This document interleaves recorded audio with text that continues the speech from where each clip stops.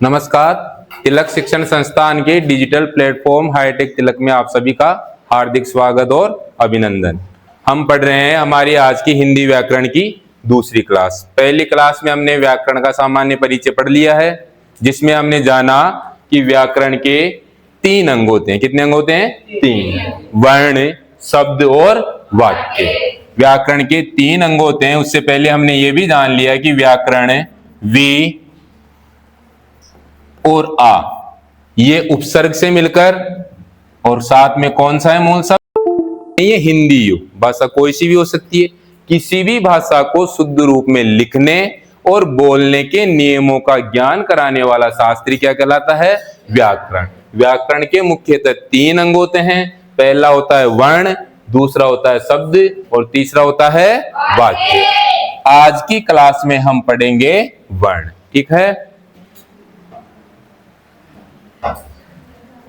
आज का हमारा टॉपिक है वर्ण विचार। ध्यान दीजिए।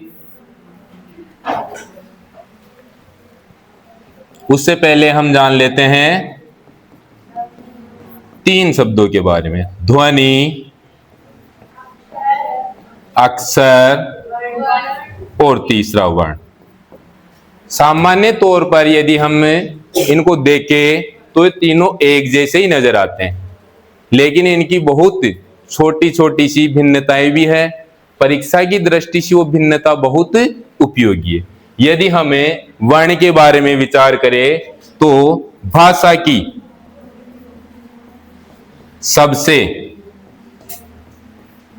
सूक्ष्मतम इकाई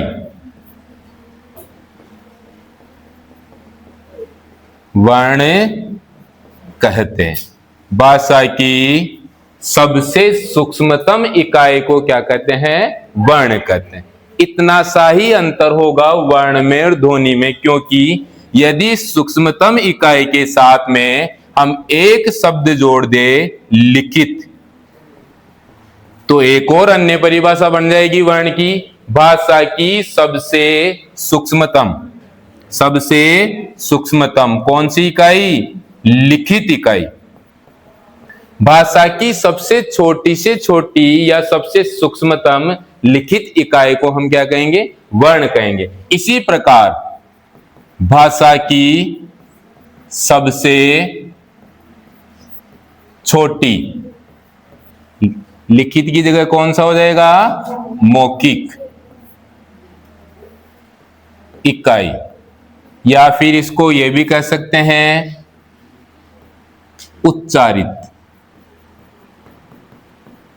उच्चारित इकाई को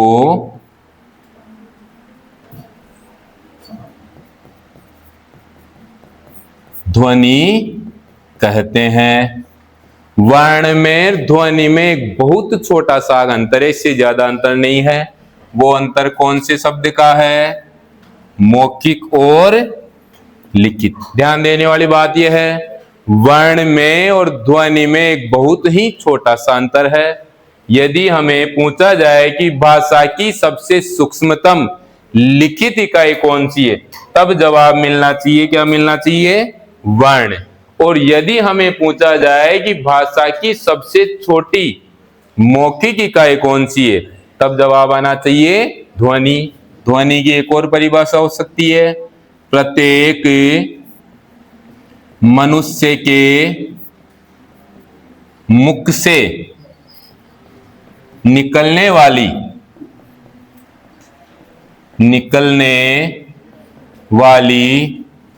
स्वतंत्र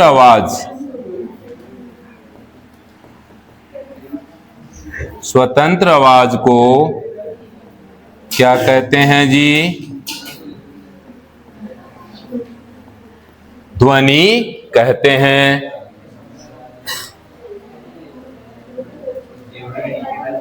ध्यान दीजिए, पहली तो साधारण सी परिभाषा है जो वर्ण और ध्वनि से संबंधित है, क्योंकि वर्ण में एक शब्द प्रचलित है लिखित। वर्ण में एक शब्द प्रचलित है लिखित। भाषा की सबसे छोटी से छोटी या सूक्ष्मतम लिखित इकाई को तो क्या कहेंगे? वर्ण। और यदि लिखित की जगह आ जाए हमारे एक शब्द मौखिक, तो वर्ण की जगह परिभाषा हो जाएगी वो ध्वनि की। इसी प्रकार एक अन्य और परिभाषा है, प्रत्येक मनुष्य के मुख से निकलने वाली स्वतंत्र आवाज को क्या कहते हैं जी? ध्वनि कहते हैं। पक्षियों के, जानवरों के मुख से भी आवाज निकलती है, लेकिन वो सार्थक नहीं है। वो क्या नहीं है? उनका हमें कोई अर्थ समझ में नहीं आता, वो निरर्थक ध्वनि है। मनुष्य की ध्वनि कैसी होगी? सार्थक होती है, उसे कुछ ना कुछ अर्थ समझ में आता है। इसी प्रकार अक्षर जिसके अर्थ के आधार पर, अर्थ के आधार पर टुकड़े न हो, उसे क्या कहेंगे? उसे अक्षर कहते हैं। ध्यान दीजिए, ऐसे वर्ण, ऐसी भाषा की इकाई जिसके अर्थ के आधार पर टुकड़े न हो, उसे कहते हैं अक्षर कहते हैं। या फिर इसकी दूसरी परिभाषा हो सकती है, हलंत व्यंजन में,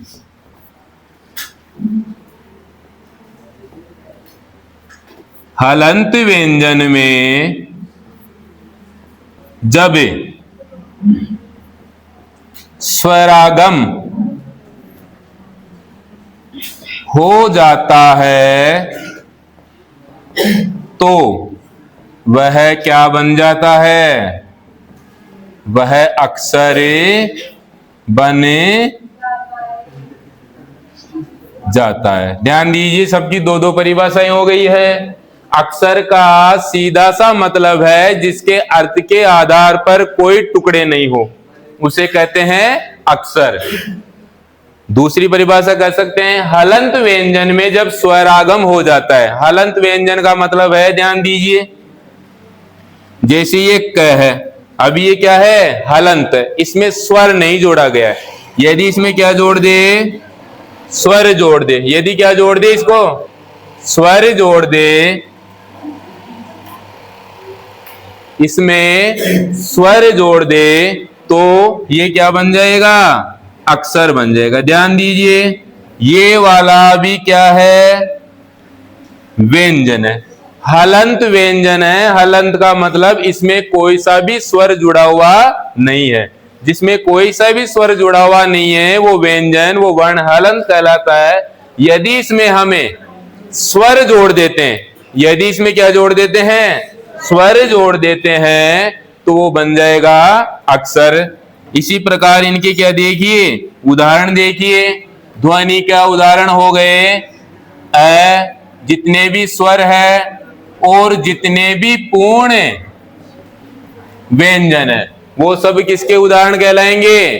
ध्वनि के उदाहरण कहलाएंगे। इसी प्रकार अक्षर के उदाहरण होंगे, सेम वही, जितने भी स्वर है और जितने भी पूर्ण व्यंजन हैं, वो किसके उदाहरण कहलाएंगे?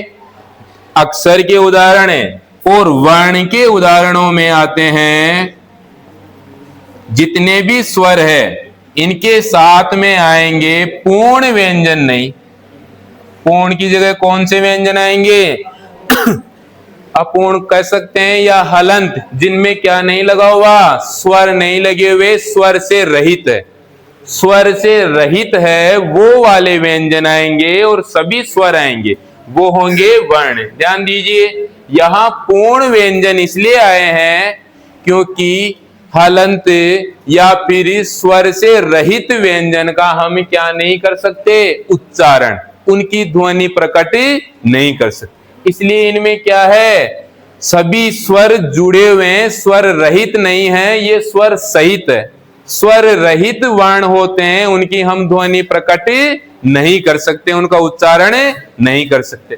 इसी प्रकार अक्षर, अक्षर की तो परिभाषा यही है, हलंत व्यंजन में क्या हो जाए? जब स्वर आगम, हलंत व्यंजन में स्वर जुड़ जाए तब वो क्या बन जाएगा? अक्षर बन जाएगा। इस प्रकार आपके सामने तीन परिभाषाएं दी हुई है। पहली है ध्वनि की, जिनका उच्चारण मुख से किया जाता है। ऐसे वर्ण या ऐसी इकाई क्या कहलाती है? ध्वनि कहलाती है, या फिर भाषा की सबसे छोटी से छोटी मौखिक इकाई को क्या कह सकते हैं? ध्वनि कह सकते हैं। दूसरा है अक्षर, जिसके अर्थ के आधार पर टुकड़े नहीं हो, उसे क्या कहते हैं? अक्षर कहते हैं। अक्षर को देखिए अविनाशी या अनासवान भी कहते हैं। अक्षर को क्या कह सकते हैं? अविनाशी या अनासवान भी कह सकते हैं, क्योंकि संस्कृत में एक सूक्ति प्रचलित है, न क्षर इति अक्षर है, जिसका कभी शरण नहीं होता, जिसका कभी नाश नहीं होता, जो कभी मिटता नहीं, नष्ट नहीं होता, वही क्या कहलाता है? अक्षर। जो मिटे नहीं, जिसका नाश नहीं हो, वही क्या कहलाएगा? तो क्या हम उसको अविनाशी कह सकते हैं? क्या उसे क्या कह सकते हैं? अनासवान भी कह सकते हैं। इस प्रकार अक्षर का पर्यायवाची अक्षर की उपनाम भी है। क्या नाम से जाना जाएगा? अविनाशी या अनासवान, क्योंकि ये आगे नष्ट नहीं होते, इनके आगे टुकड़े नहीं हो सकते हैं। ऐसे ही भाषा की सबसे सूक्ष्मतम इकाई क्या कहलाती है? वर्ण। या फिर सूक्ष्मतम कौन सी इकाई? लिखित इकाई को भी क्या कह सकते हैं? वर्ण कह सकते हैं। वर्ण में सभी स्वर आएंगे और व्यंजन हलंत आएंगे, स्वर से रहित। ओके, आगे बढ़ते हैं हम।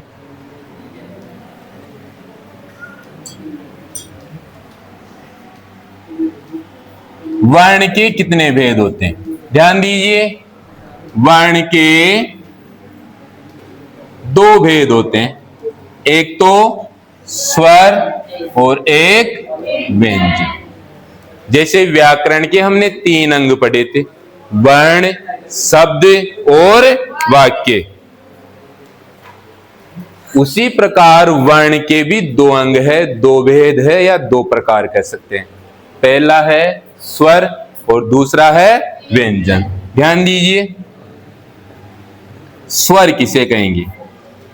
बचपन में पढ़ते आ रहे हैं हम छोटी क्लासों में। स्वर वे वर्ण जिनका उच्चारण कैसे किया जाता हो? स्वतंत्र रूप से। वे वर्ण जिनका उच्चारण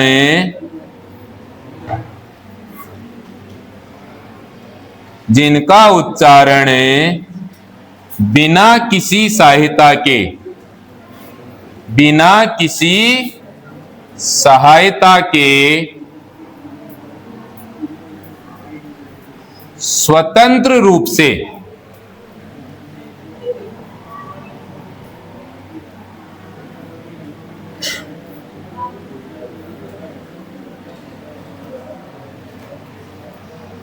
किया जाता हो, क्या कहलाते हैं जी? स्वर कहलाते हैं। ध्यान दीजिए, वे वर्ण जिनका उच्चारण, उच्चारण का मतलब क्या होता है? बोलना। कि जिनको बोलने के लिए क्या नहीं लेनी? किसी की सहायता नहीं लेनी। कैसे बोलना है उनको? स्वतंत्र रूप से बोलना है। क्या कहलाते हैं वो? स्वर कहलाते हैं। हिंदी में स्वरों की संख्या कितनी होती है? 11 होती है। हिंदी में स्वरों की संख्या होती है 11, जिन्हें कितने भागों में बांटा गया है? 2 भागों में बांटा गया।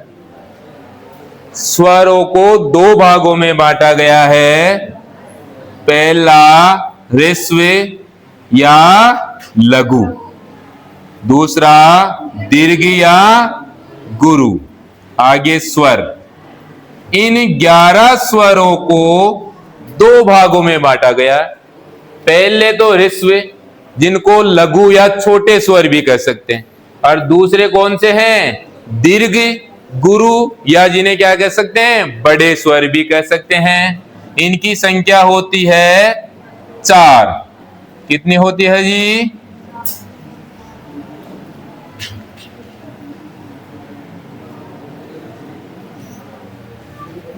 ह्रस्व स्वर लघु स्वरों की संख्या होती है 4। छोटा वाला ए, छोटी ई, छोटा ऊ और छोटा री।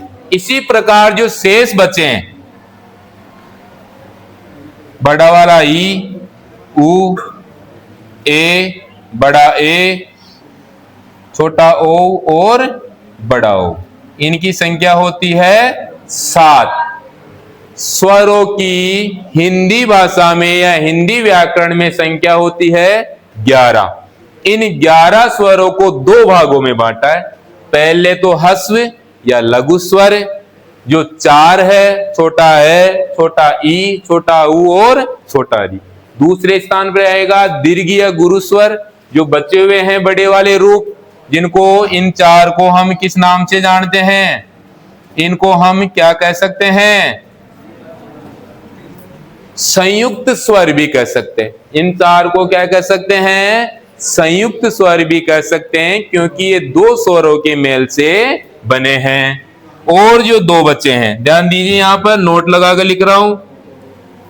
जो बचपन में हमने अनुस्वार जिसको अंग और विसर्ग जिसे अह कहते हैं, इन दोनों शब्दों को हम कहते हैं अयोगवाह वर्ण। कौन से वर्ण कहेंगे? अयोगवाह वर्ण। ये पहला वाला वर्ण तो कहलाता है, क्या कहलाता है जी?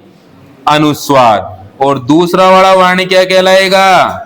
विसर्ग। ध्यान दीजिए, जो बचपन में 13 स्वर पढ़ा करते थे, उनको अब हमें अंग और अह, इसे कहेंगे अनुस्वार और इसे कहेंगे विसर्ग। इन दोनों को क्या नाम से जाना जाएगा? अयोगवाह वर्ण। देखिए इधर से फिर से एक बार रिपीट कर रहा हूं। वर्ण के 2 भेद है, स्वर, व्यंजन।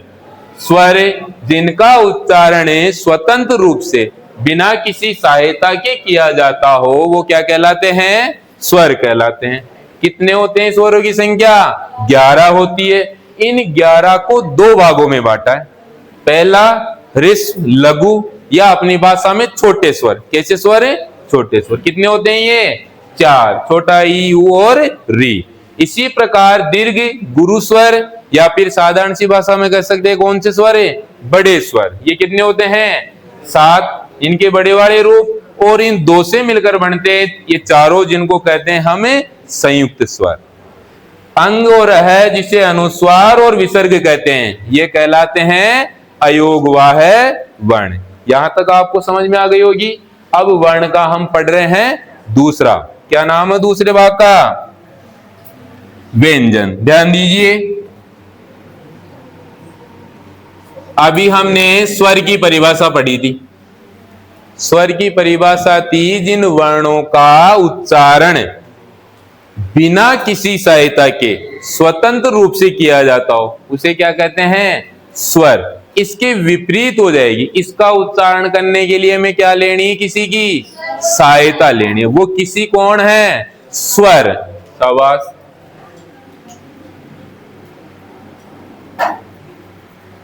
किसी वर्ण का उच्चारण करने के लिए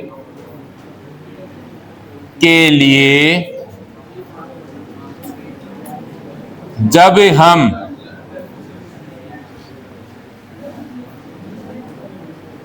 स्वरों की सहायता लेते हैं, तो उन वर्णों को क्या कहेंगे? उन वर्णों को व्यंजन कहते हैं। ध्यान दीजिए, किसी वर्ण का उच्चारण करने के लिए जब हम किसकी सहायता लेंगे जी? ध्यान दो, स्वर में हमने किसी की सहायता नहीं ली, उनका उच्चारण स्वतंत्र रूप से हुआ था। और इनका उच्चारण करने के लिए हम किसकी सहायता लेंगे? स्वरों की सहायता लेंगे। उन वर्णों को क्या कहेंगे?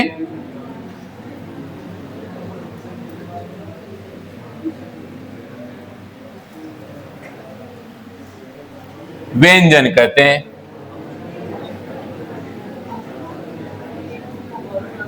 एक और बहुत इंपॉर्टेंट बात, सभी व्यंजन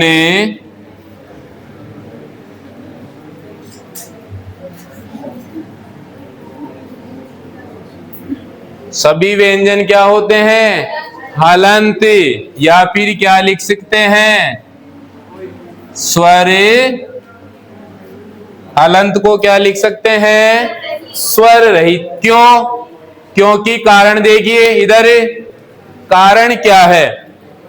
परिभाषा कह रही है किसी वर्ण का क्या करने के लिए? उच्चारण का मतलब है,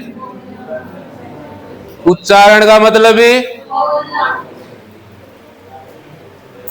उच्चारण यानी बोलने के लिए क्या लेनी है? इस परिभाषा में कहीं भी ये नहीं लिखा हुआ कि लिखने के लिए स्वर की परिभाषा लेनी है। किसके लिए? लिखने के लिए। इसमें क्या लिखा हुआ है? उच्चारण यानी बोलने के लिए किसकी सहायता लेनी है? स्वरों की। इसमें क्या नहीं लिखा हुआ? लिखने के लिए स्वरों की सहायता नहीं लेनी। इसलिए लिखते समय कहा गया है कि सभी व्यंजन क्या होते हैं? हलंत होते हैं। व्यंजनों की संख्या, मुख्य व्यंजन कितने होते हैं? 33। हिंदी में मुख्य व्यंजनों की संख्या होती है 33।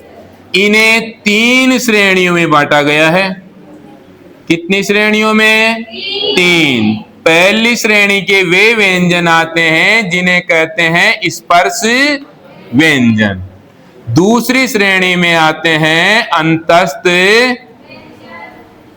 व्यंजन, और तीसरी श्रेणी के आते हैं ऊष्मीय। ध्यान दो, स्पर्श व्यंजन की संख्या होती है 25, अंतस्थ की 4 और ऊष्मीय की 4। वापस से ध्यान दीजिए, व्यंजन हिंदी में मुख्यतः 33 होते हैं। कितने होते हैं? 33 होते हैं। इन 33 व्यंजनों को 3 भागों में बांटा गया। इन 33 व्यंजनों को 3 भागों में बांटा गया है। पहले आते हैं स्पर्श व्यंजन, दूसरे आते हैं अंतस्थ व्यंजन और तीसरे आते हैं ऊष्मीय व्यंजन। इन तीनों के बारे में आगे हम चर्चा करते हैं। पहला कौन सा पढ़ेंगे? हमें स्पर्श व्यंजन। देखिए स्पर्श व्यंजन,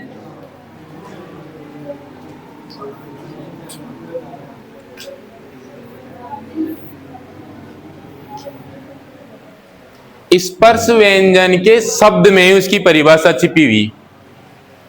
पहला शब्द क्या है? क्या इसे टच कह सकते हैं अंग्रेजी में? हिंदी में क्या कह सकते हैं? छूना। टच करना या फिर छूना। तो इसका मतलब है ये ऐसे वर्ण हैं, ये ऐसे व्यंजन हैं जिनका उच्चारण करते समय जीभ मुख के अलग अलग स्थानों को स्पर्श करती है, छूती है या फिर क्या करती है? टच करती है। इसकी परिभाषा क्या हुई? ऐसे व्यंजन या वे वर्ण जिनका उच्चारण करते समय हमारी जीभ मुख के अंदर अलग अलग स्थानों को क्या करती है? स्पर्श करती है, छूती। देखिए वे व्यंजन जिनका क्या करते समय? उच्चारण करते समय जिह्वा, जिसे क्या कह सकते हैं? जीभ मुख के अलग अलग स्थानों को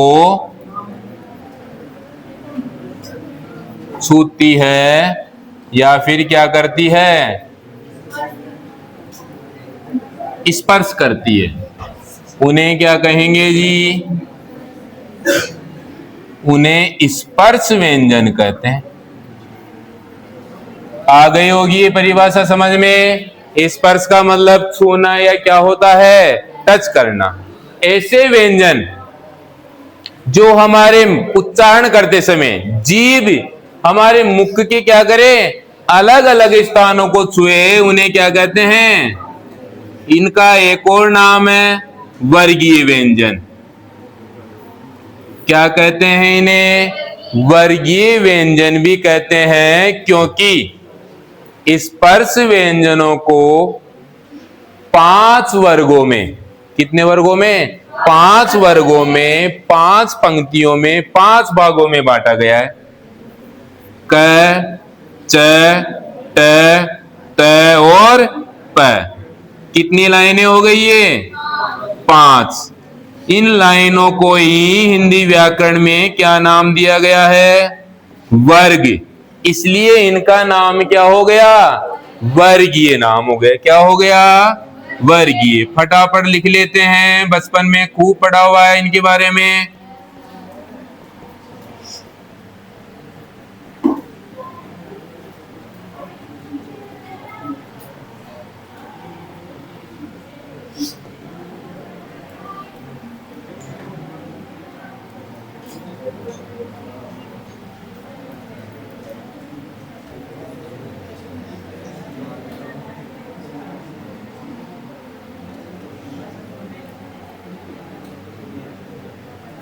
ध्यान दो, ये 5 वर्गों के प्रत्येक में 5 अक्षर लिखे हुए हैं, 5 वर्ण लिखे हुए हैं। इसमें एक बात ध्यान देने योग्य, हमने शुरू में व्यंजन की परिभाषा पढ़ी थी, तब लिखा था कि व्यंजनों का उच्चारण करते समय स्वरों की सहायता लेनी।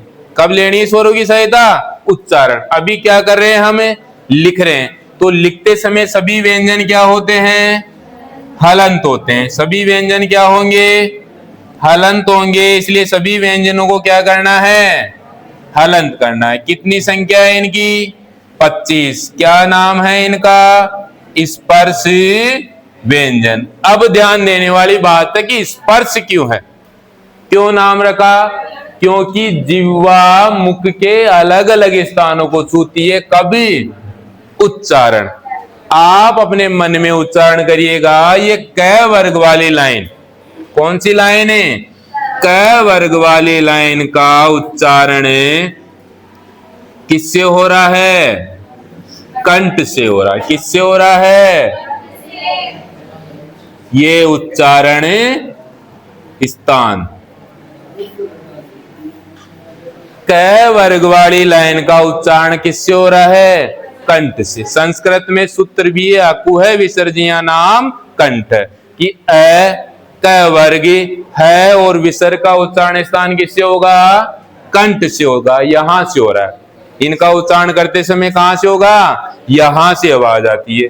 दूसरे का उच्चारण हो रहा है च वर्ग का तालु से। ई च वर्ग की पूरी लाइन ये और स, इनका उच्चारण कहां से होता है?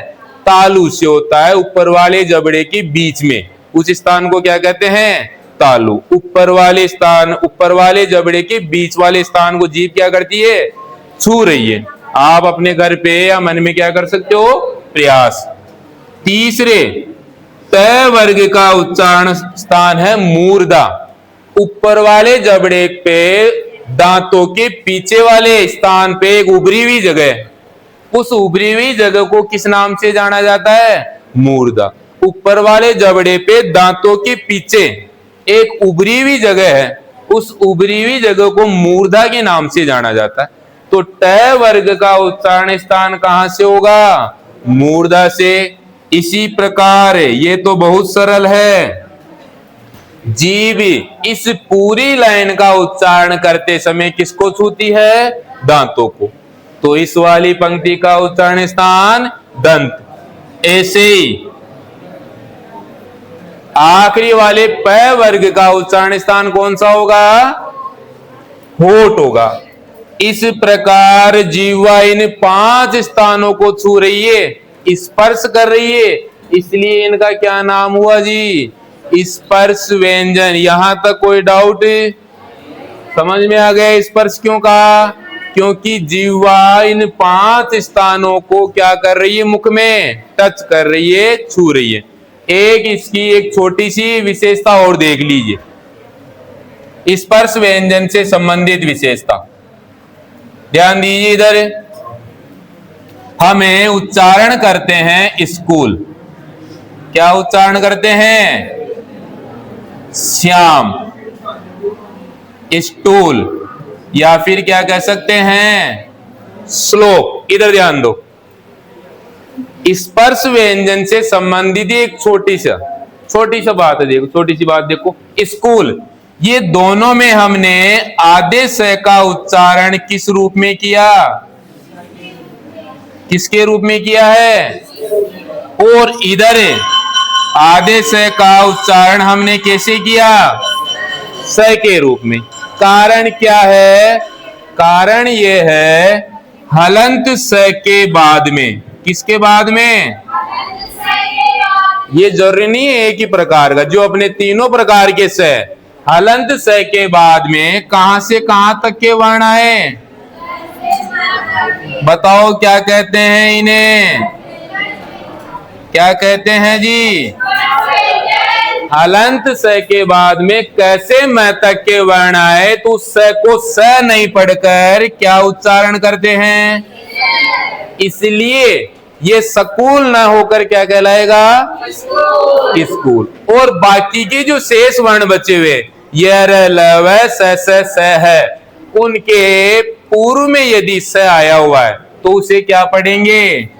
जैसा का जैसा हलंत स ही पढ़ेंगे। ठीक है, आज की क्लास यही, बाकी का इसका पार्ट 2 कल पढ़ेंगे। जय हिंद, जय भारत, धन्यवाद।